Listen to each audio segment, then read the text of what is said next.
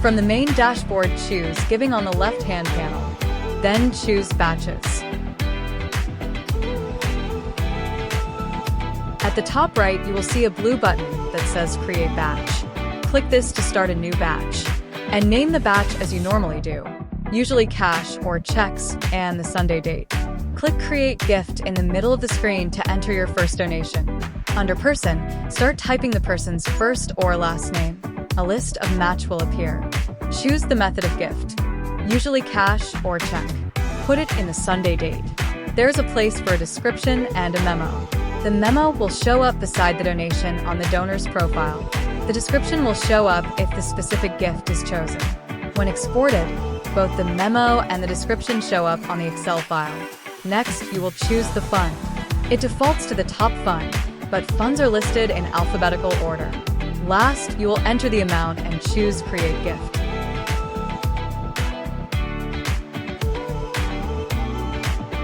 This gift box will then open to the next gift that you want to enter.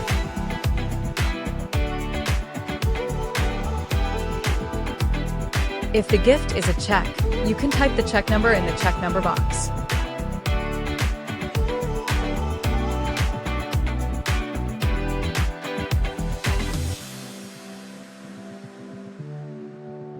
If the donor wishes to split the donation, you hit the black plus sign beside the amount to enter the next fund.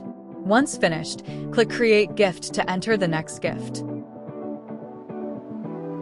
If you have completed entering all the gifts, hit Cancel. You can check the batch total at the top and check the list of entered donations below. Then click Commit Batch in the top right. A warning will appear that once a batch is committed, no additional gifts can be added, but corrections to donors or funds can be made. Click Yes Commit or No Cancel if you want to double check your work. To get a fund total, you will need to export the batch into Excel and total the funds there. Once the batch is committed, it will show up in the committed section.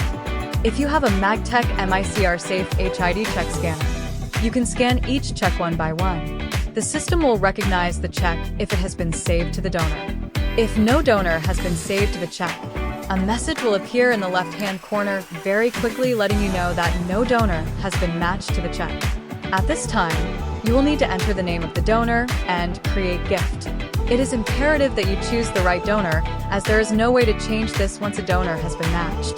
If a donor gives a non-deductible gift, there are several choices. An example of a donor-advised fund would be a foundation, grant, or charitable organization. A qualified charitable gift would be from a donor's IRA. A cash equivalent would most likely be stock. It's a good idea to put what stock's in the description for historical giving data.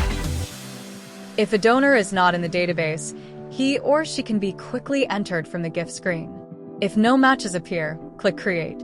The least amount of information you must put is a first and last name. The next spaces are for email and telephone. Of course, cash and checks usually don't have this information. In this case, click the Have More Information drop-down to add the address.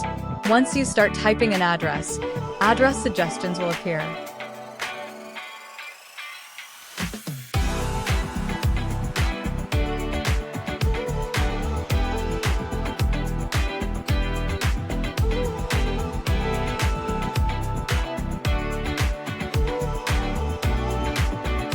When finished, click Create. You can then enter the donation of this person. This concludes manually entering cash or checks with Subsplash Giving.